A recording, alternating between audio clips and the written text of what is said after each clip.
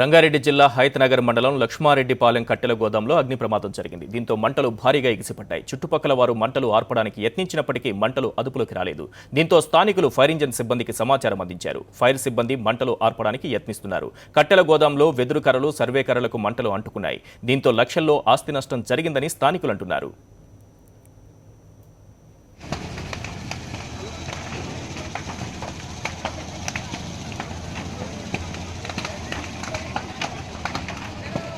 హైతనగర్ అండి. పంపిస్తా టీవీలో పడ్డాలని పడ్డావా?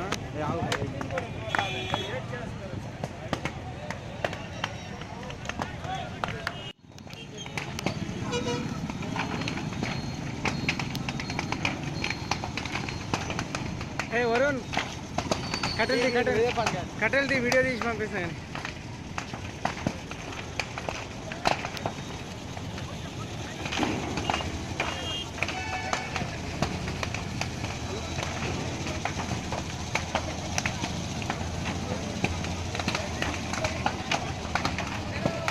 హైతనగర్